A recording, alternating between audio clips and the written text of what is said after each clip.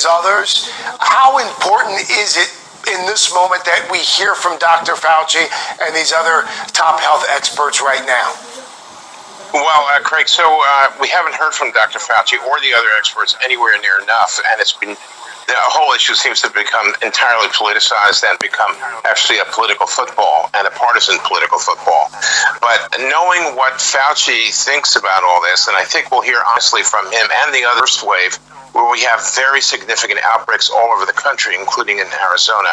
So we have a major problem, and we need more advice. We may have to close some of the businesses, in fact, that we reopened. I mean, we're getting huge surges in places where people are going to bars, they're going to strip clubs, they're going to restaurants, they're going to church.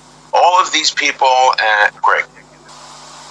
Well, I'm very interested in why the president and his administration team have literally stopped seeking the advice or listening to the advice of their public health experts. We have some of the best experts in the world, and they've been cut out of communications as they had been before. Not that the president even would listen to them that much before, but to completely cut them out of the picture is astounding, and I would ask them why that has happened and what they plan to do about it. I mean, you could ask the question, why don't they resign if their advice is not being even listened to, no less taken by the president and his team? David Jolly, again, as Casey pointed out, very likely that the president's comments on slowing down testing, very likely that Democrats will bring this up during this hearing. Just this morning, just a few hours ago, President... Let me just tell you, let me make it clear. We have got the greatest testing program anywhere in the world. We test better than anybody in the world. Our tests are the best in the world, and we have the most of them. By having more tests, we find more cases. David Jolly, what do you make of what the president's trying to do here? Or do we even know? Well, Craig, I think the president admitted to slowing testing. He said he wasn't joking in Tulsa, and that is damning. That's a damning admission for the president. And the testing conversation, I think, will go beyond that in this hearing. This will be a different hearing than a lot of people may have seen during the impeachment, where judiciary was hyper-partisan. Energy and Commerce is the lead health committee in the Congress. You have a little more moderate members, more measured. Certainly Frank Pallone and Greg Walden, the Republican ranking member, are not corollaries to the hyper-partisanship that we saw on judiciary. But I think after their opening statements of the members and the witnesses, I expect Pallone and the Democrats, as Casey reported, to go right at this question of testing. But for a couple of reasons. First, if that is our national strategy, if part of our national strategy is more robust, more expanded testing, then it is a question of national policy. Are we doing it correctly? Are we doing it enough? You will see them drive that home. But based on the president's comments in Tulsa and his admission this morning, I do think very, very early, if it's not in Pallone's initial questioning, perhaps he tees up the importance of the testing matter, and it's the next Democrat who goes right at the president. And the question will be, for each of the witnesses, did Donald Trump slow testing of Americans during this pandemic? And I expect the question will likely go to Ambassador Giroir, the testing czar for Donald Trump, to ask him, are you aware of this? He'll also go to Robert Redfield, director of the CDC. Are you aware of this? To Anthony Fauci. It's an important national conversation, but politically, it will be incredibly damning if the President of the United States intentionally slowed testing when American lives were at risk. And I think it's why you see Donald Trump creating a counter news cycle today by going to the border wall. He'll try to make news at the border wall. He will go to his rally. Perhaps there will be a campaign shakeup. The last time we had testimony like this was Dr. Rick Bright, the former director of the Biomedical Advanced Research Division, who became a whistleblower and testified that Donald Trump asked him to move researchers to hydroxychloroquine, which we know now was not effective. When Dr. Bright testified, Donald Trump launched his Obamagate nonsense to try to distract the country from his testimony. I think we may see something like that from the president. It's important that the eyes of the nation remain in this hearing room, though, and what we're about to hear on testing. In fact, we are not going to be distracted by the shiny object here, Congressman Jolly. This is going to be our focus. Dr. Fauci, as you see there, wearing the black mask, set to testify any moment now. And you also see in front of all of the speakers an ample supply of hand sanitizer, and it looks like they've managed to get themselves some of those Lysol wipes that have become quite hard to come by. Opening statements now from lawmakers. We're going to go back to this hearing as soon as Dr. Fauci starts his testimony. But we do want to take you to Arizona for a moment. President Trump on his way there. It should be pointed out, this is a trip that is largely for political reasons. His second trip in Sunday, Monday, 3 days, less than a week, to a state where coronavirus cases surging, more than 54,000 cases there. Cases have doubled in just the last 15 days. This is the president leaving this morning from Joint Base Andrews. NBC's Vaughn Hilliard is in Phoenix. He's outside the church where the president's going to be speaking later today. And again, Vaughn, I apologize in advance if I have to cut you off, because when Dr. Fauci starts, we're going to make sure we're listening. Walk us through the president's agenda as he heads to this important swing state. And for the love of God, man, how hot is it there? The high is going to be 109 degrees today, Craig. But, you know, on a very serious note, what Dr. Fauci is confronting here is a president of the United States who is flying into Arizona, into the heart of Phoenix, after 2 weeks in which the cases here in the state of Arizona have doubled. If the president was looking for a COVID hotspot to come to, he picked it. It's Phoenix, Arizona. And right now, we are still 7 hours away from the president addressing a crowd of... You also see the likes. I said it's 109 degrees, but you see the likes of this Mr. Effort, which is quite conveniently sharing everybody's how important Arizona is. This is the state, Craig, that could clinch the White House for Joe Biden. In 2018, Democrat Kyrsten Sinema won the Senate. To give me a pan of the crowd, if he can. I just want to see more of the crowd.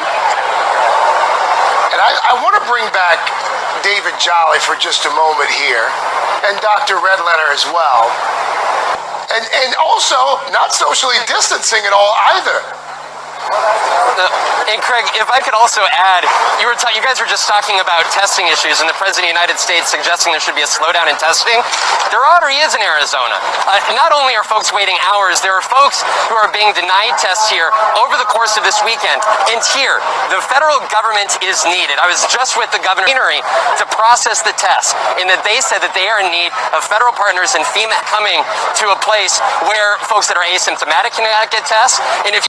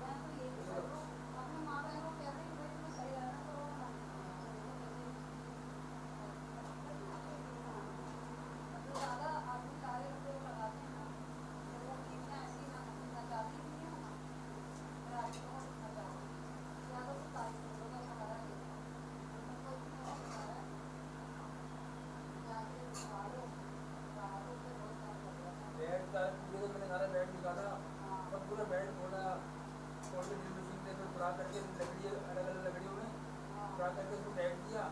तो लकड़ी दूसरी छोड़ दी थी ना, उसको जैसे टांग नहीं होते टांग, तो वो यूँ लकड़ी रखे, यूँ लकड़ी रखे और एक नीचे लकड़ी रखे ना, 3 तरफ से लकड़ी ढूंढ दी।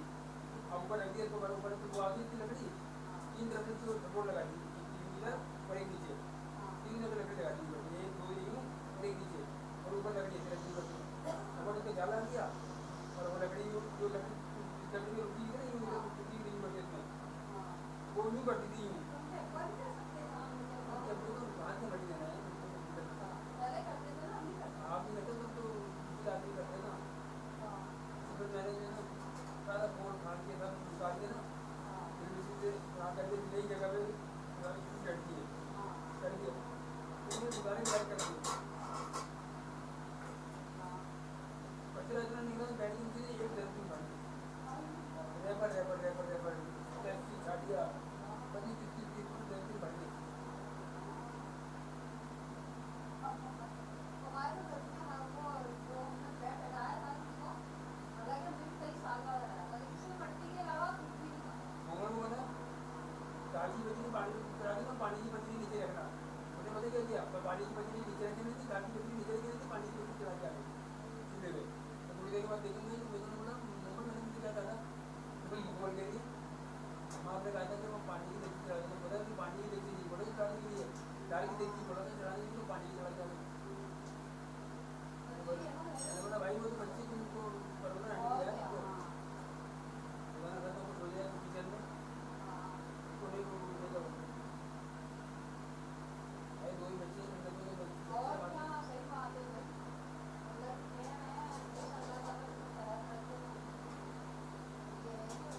बच्चों से भाई हम लोग काम नहीं रहते, बच्चों से रौनक होती करो, और क्या रौनक थोड़ी बच्चों से और रौनक। क्या और यहाँ देखो खाना खा के नहीं देता, तो चीज़ें भी खाता रहता, तो खाता उनके ज़्यादा दूसरा बड़ा हो जाएगा दूसरा। मैंने तो बोला यार तुम इसको खिलाओ खिलाओ, तो महंगे से तो खिलाओ करो, समझ नहीं आता कि तुम ही ध्यान करने के लिए चीज़ ज़्यादा खाना चीज़ खाना जो ना बस वो ना खाने के बराबर।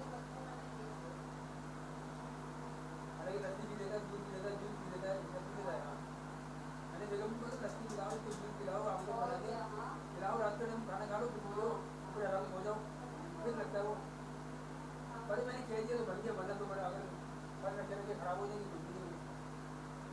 वो मुझे फॉलो देते तेरा बिजनेस शुरू है लेकिन करो साथ में एक चीज हर चीज कोई भी अगर देखूंगी तो खराब करूँगा, पहले वो सवाल है हर चीज, यानी कभी ना आटा करना चावल का नहीं क्या मानता सब पका हुआ भी नहीं, पका हुआ भी नहीं। मैंने सुबह का आटा दूध में निकाला, मैंने सुबह जाते ये बॉडी की मैंने तो निकाला, मैंने आटा निकाला, रोटी बना के खाया, रोटी बना खाया तो आटे में बदबू आ रही है, मैंने बोला आटे में बदबू आ रही है, तुमने रोटी बना के खाई हैं तुमने रोटी बना के रोटी बना के मैंने खाई, तो बोल रही थी तो मैंने तो रोज ने बोला कि बोलता हूँ कि भाई रात में रोटी बना कर रखे करो, पहले मैं सुबह वो कर दूँगा आराम से, मेरे को रोटी बिकती नहीं है ना, मैंने कहा आती मिल रही है, मैंने बोला आटे में तो बदबू आ रही थी सुबह वाले, बोले लाइट बहुत जा रही थी, उन्होंने लाइट बहुत जा रही थी, आटा भूल के रखी थी ये वो खमीरा हो रहा है, मैंने बोला 50 रुपये का किलो आटा मिल रहा है, 50-52 रुपये किलो, वो भी चट्टी का।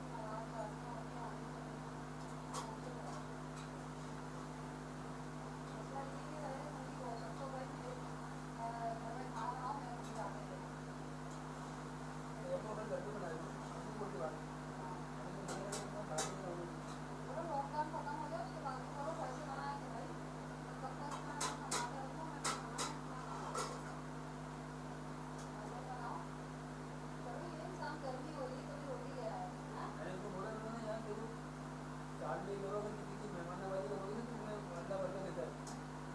अगर तुमको रोटी चाहिए तो मेरे को बाजार में लाके देता हूँ, किसी को बुला लो, अपनी फैमिली को बुला लो, किसी को बुला लो, बता दो और सबको दावत कर दो, अपने घर वालों को करो, मेरे घर वालों को करो, सबको करो दावत, साथ में दावत डालनी करनी होती है। अलग अलग पैसे की कमी थोड़ी है भाई, दावत तो 3-4 हज़ार में भी हो जाती है, ऐसा थोड़ी है भाई। देखो ना, आदमी सब कुछ दावत करता है तो अल्लाह की बरकत तुमको कुछ दावत करता है। क्योंकि असल में मैंने भी कभी कहा किसी ने किया है शिकार वालों को, तो वो बताओ हमारे घर वालों तुम अपने घर वालों को करो, घर वालों की हमारे घर वालों को करो भाई, एक ही चीज़ में कर दो, एक ही वैरायटी में कर दो, सही है ना, करो तो नहीं दावत, हम ही खा खा के आ जाते, लेकिन वो दूसरे हम ही खिला दो धीरे धीरे भाई। देखिए कोई बर्तन खाना दो कमजोरी हो जाता है, होगा नसीब का होता है नहीं होता तो, लेकिन मिलने फर्क तो है ना भाई, जो चीज़ें परवरदिगार दे रहा है तो करो, बरकत जाता है अल्लाह की।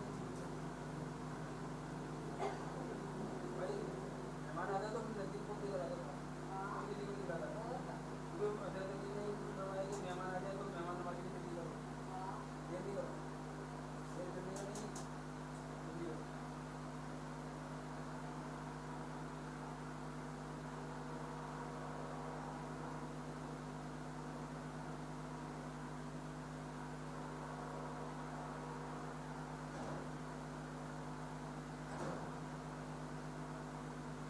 बातें तो हम फॉलो नहीं करते, तो मेरे मार खाते जिंदगी भर। और अम्मी ने नाना ने अम्मी को नसीहत दी थी कि कम खा लेना लेकिन उधार नहीं खाना है। हम लोग का भी वही है, हम लोग कम खाते उधार, हम लोग कम लेते लेकिन नगद लेते हैं, क्योंकि हर दुकान वाले लाइक भी करते हैं कि भाई ये लोग नगद लेते हैं, जितना भी चाहिए होगा फिर उसमें तो उधार देते हैं, 50 रुपये का उधार देते हैं। सही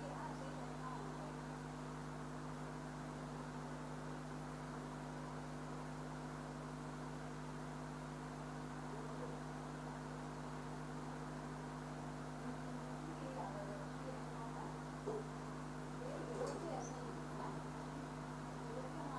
हाँ ऐसी करना चाहिए भाई, भाई जिसको वादा तो नहीं किया ना, जिसने मेरा उसका शुक्र है करम उसका। लेकिन हम तो करते हैं, वो करते हैं, चाहते हैं अभी इंशाल्लाह इतना ज़्यादा हो रही है, अभी हो रहा है ना, तो इंशाल्लाह होगा इंशाल्लाह। फिर भी वो जो इंडिया वाले कर रहे हैं ना साथ, एक इंडिया वाले चैनल खोला था, उसने किया 70 घंटे नहीं कुछ करने के लिए उसको, तो 70 घंटे 400, तो वो जब हो जाएगा ना तो इतने घंटे पूरे हो जाएंगे तो उसकी तरफ से वो हो जाएगा, यानी पेमेंट कर देंगे हर महीने 70,000 रुपये मिलेगा ये काम का। बड़े रिश्ते तो हैं, बड़े बड़े कभी कर रहे हैं, पहले टाइम लगता है ना, और कंपनियों का काम कर रहे हैं, वो का काम कर रहे हैं, इंशाल्लाह हो जाएगा। तुम परेशान होंगे उनके वो ना इनको मजाक उड़ाते रहते हैं, मैंने तो वो अपनी बातों में सुना है,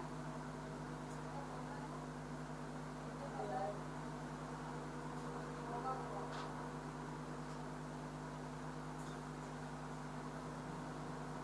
ठीक है, मैं जाता हूँ, फोन आ रहा है, एक का फोन आया, बुला रहा काम को, कंप्लेंट मैंने एसी का बोर्ड लगाया था ना, एसी का बोर्ड काम नहीं कर रहा उसका, तो कह रहे हैं एसी लगाने के लिए आया हुआ है, एसी का बोर्ड काम नहीं कर रहा, दूसरी जगह लगा रहा तो काम कर रहा है, हाँ काम नहीं कर रहा, मैं बोला दूसरी जगह चला बेटा, तो देखिए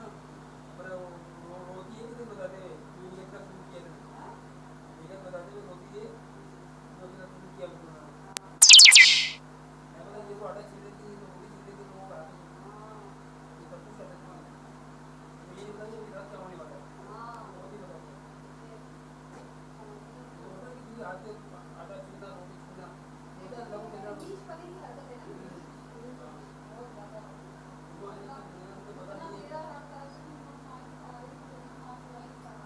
वैसे का कभी पूरा भी नहीं होता है ऐसे का कभी पूरा ही नहीं होता उनको पता नहीं चलता कि मालूम कैसे पड़ती है लोग लोग आधा छू के लोग जरूर जल्दी में आया हूँ जल्दी में ये दिन में आया पता है कभी कभी देखने का कि बात की हालत में हमारे सामने तो होते हैं तो वो अपने इमोशनल पे आवाज़ देते खाना हमने ये कर मैं बताया ना खाना खा रहे थे हमारी बार बार हम लोग भेज दिया जब देख लिया ना हम लोग आँच में हम लोग पहुँच जाए मामा को देख रही है तो वो बैठे हैं कायगी बार बार भेज रही हम मामा ने उनकी बात सुनी थी लेकिन मुझे वो खाना खाने से पहले ये नहीं कह रहे हैं इसीलिए खाना खा तो भूखा नहीं है ना आज देखो ना क्या कर रही अभी तो उनको उसको कहेंगे ना उनको तो अपनी बड़ी गाड़ी बड़ी की बैठी बैठी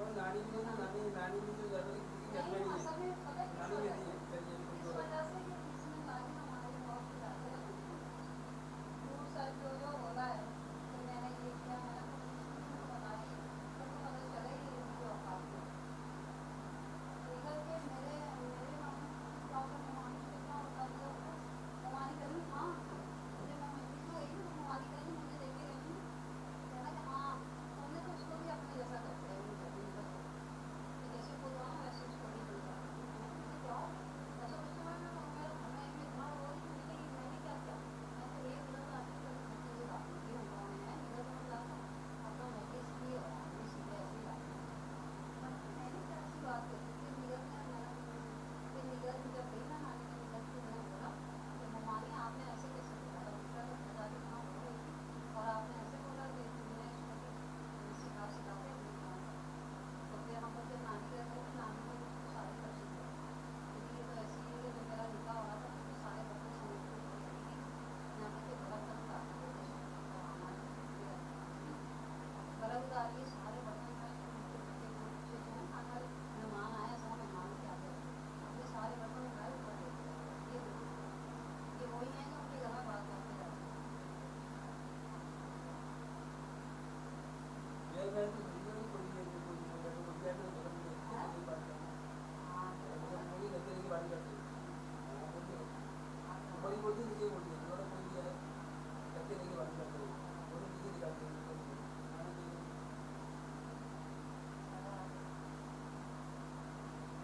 बर्दाश्त नहीं करते हैं जब हमारा खड़ा हो तो बर्दाश्त नहीं होता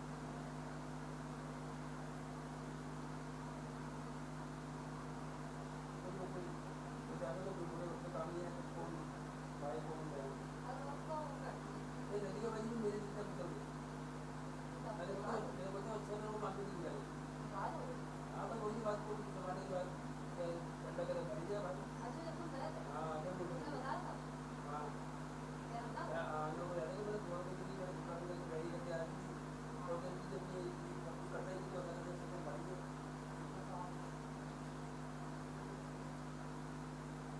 बोलने तो उसको बोलना नहीं मेरा बहुत बोलने बोलना तो उसको बोलना लेकिन यही है कि फिर तो अपना नहीं क्या बोला अन्ना क्या कहती अन्ना ने क्या बोला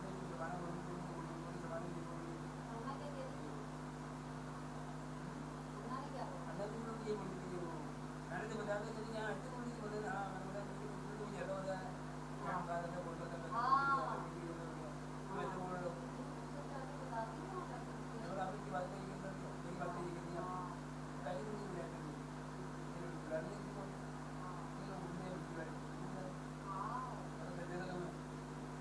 नंबर भाग गया तुम्हारा कलर वाला तुम्हारा भाग गया देखिएगा तुम्हारा भाग गया तो क्या रेगिस्ट्रेशन मिले तो तुम्हारा आपका सतीनाथ करता तुम्हारा पता चल जाता हाँ कभी कभी जाओ ना नीचे देखना बिजली का काम कैसा हुआ है तो ये भी है ना मैं तो पर ये भी है कि इंसान में काम करते हैं खानदान वालों को दबाते ईमानदारी से और आपका काम कोई नहीं करता ऐसे जो कहते हैं लोग कि 10 दिन तक वो बुलाना पड़ जाए बुखार को ठेकेदार रखा हुआ था ठेकेदार को करना गवारा नहीं कर रहा, काम वही रहता था। पहले मांग रहा हूँ तो क्या कह रहा है, आप एकदम काम करने की बात है। अच्छा नहीं क्या अल्टीमेट की पूरे बार बार लेकिन अगर भाई बोल रहे हैं अंदर करनी चाहिए इधर तो बोल इधर बोल रहे आप दे दें तो पता नहीं अगर 20,000 का काम है तो आप देते हैं इसको मेरे हिसाब से बाकी दे अंदर ही दे तो भाई दे रहे हैं नहीं होता पता चलना मजा बोले फंसे ना सही है 5-6 महीने रोजगार का काम 5-6 महीने का तो 15,000 रुपये कितने किराया था कितना मिलता है है नुकसान हो रहा है। हाँ तो दूसरों को खाओ जाते हो कितना बजे घर में बैठ चुके हैं बीमार हो गए होते बैठ गए जगह खराब हो गई हो गया भाई तम्बाकू उनको खाते ना मावा खाते ना ये तो उनको पता नहीं क्या करता है क्या नहीं करता भैया और ये दोनों खाते हैं मोटे मोटे मावा खा करते हैं मेरा सब कर रहा है हो गया तम्बाकू छाछी और गुटखा और वो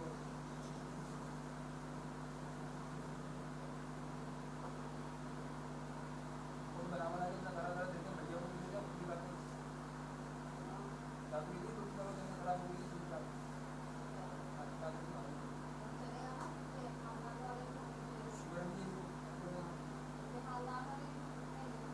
और उसकी शादियाँ वो अन्ना के घर में समझो उनके जुमरात को आती है तो बात हो जाती है हर हफ्ता। अरे भाई कोई अपने माँ बाप के यहाँ कितना नहीं जाता तो तुम्हारे कौन है हाँ अरे कोई नहीं देता क्या तुम्हें पता नहीं कितना किसके खाता है हाँ वो तो ज़्यादा तो मौका लगे तो हाँ इतना सीधा नहीं है वो तुमको देने वाला नहीं है। अगर भाई वो लोग जब भी घर आते हैं कौन आदमी लोग तो गाड़ी वाली के घर पे सफाई करके जाते हैं ऐसी बात है कि अंदर कुछ बोलता नहीं लोग जब भी आते मार्केट में ले जाते हैं कह रहे वो बता रहे थे कार्तिक में ना कार्तिक में हमको देखा अलमारी के अंदर क्या चीज़ ढूंढ रहा था वो अभी जब पीछे पूछिए पहुँच गया तो बोला आते तुम क्या कर रहे हो अलमारी में बोला रिमोट ढूंढ रहा हूँ बोला रिमोट की बात है वो जवान कर रहा तुम क्या कर रहा हो अलमारी के अंदर हाँ बटन के ना पैसे रखे हुए थे बीस के बच्चे कितने अगर के 18-20 हज़ार रुपये पहले वो उसके अलमारी ढूंढ रहा था बच्चे वो कहीं तक मुझे जाती है क्या है मैंने कई दफ़ा एक दफ़ा नहीं बेटी का मामला है करना पड़ता है देखो एक बात है वो करा देखना लेकिन हाँ तो सही बेचारी देखो अपनी समाज को खाना भी खिला रही है सब कुछ करा रही है पूरा घर जमा भी नहीं पूरा घर 3 दिन मोड़ करके बैठेगी 4 दिन रात में सब आप खरीद की बेटी हुई नहीं बोलो हाँ खरीद की 2 बेटियाँ हो गई एक लड़का हाँ एक लड़की लड़का हाँ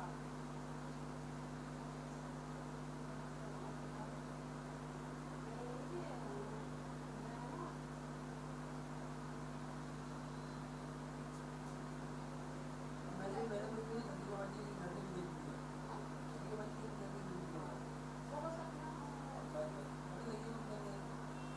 मेरी अंदर मेरी बात में नहीं करूँगा जमाने में ले लिया तो मुझे कोई जाने की पड़ी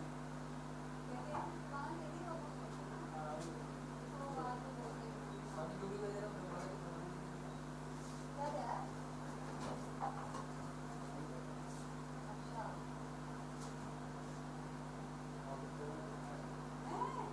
दवा